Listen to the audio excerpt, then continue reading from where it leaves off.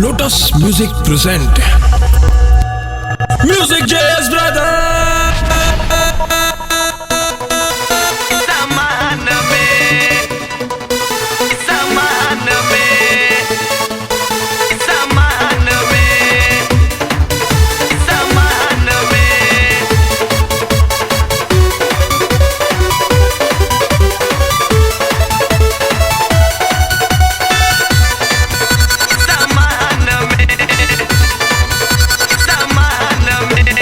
ढक्कन उठाई के मक्खन चाटे के कहेला अपना दुकान में।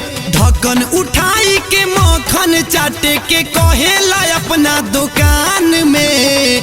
कैसे चाटी बलमुआ हो, कैसे चाटी करे जाहो, उठलाली लगी सामान में। कैसे चाटी बलमुआ हो, उठलाली लगी सामान में।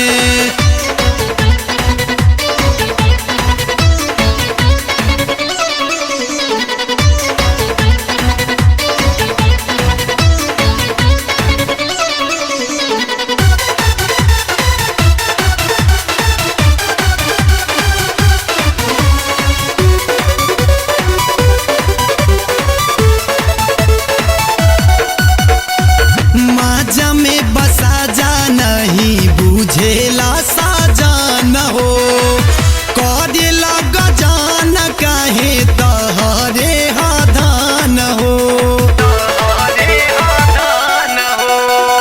माजा में बसा जा नहीं बुझेला साजन हो, करेला गजान काहे तहरे हदान हो। सट न लागे हट तू बेरा खतु बतिया ध्यान में।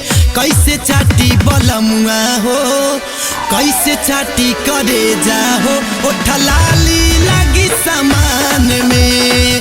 कैसे चाटी बलमुआ हो, उठलाली लगी सामान में।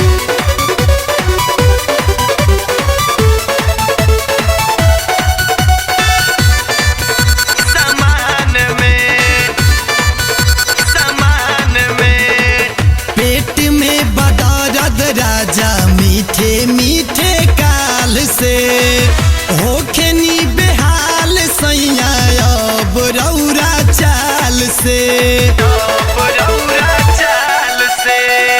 पेट में बदौलत राजा मीठे मीठे काल से होखेनी बेहाल सैया अब रौरा चाल से। फुसुर फुसुर करेला बतिया के हमारा कान में। कैसे चाटी बलमुआ हो, कैसे चाटी करे जाहो, उठलाली लगी सामान में। कैसे चाटी करे जाहो, उठलाली लगी सामान में।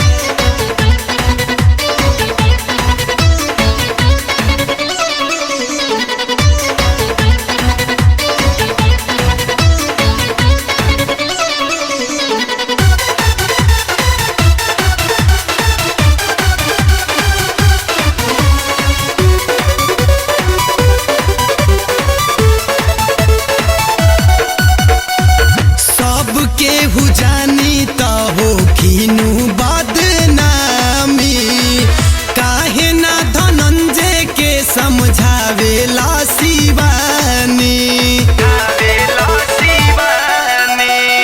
सब केहू जानी तो हो खीनू बदनामी, काहे ना धनंजय के समझावेला शिवानी। राती के आती करेला पति दिन भर रही सिवान में। कैसे चाटी बलमुआ हो, कैसे चाटी करे जाहो, उठलाली लगी सामान में।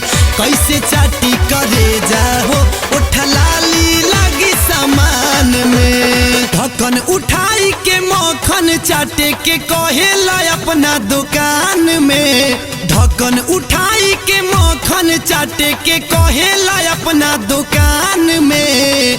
कैसे चाटी बलमुआ हो, कैसे चाटी करे जाहो ओठलाली लगी सामान में कैसे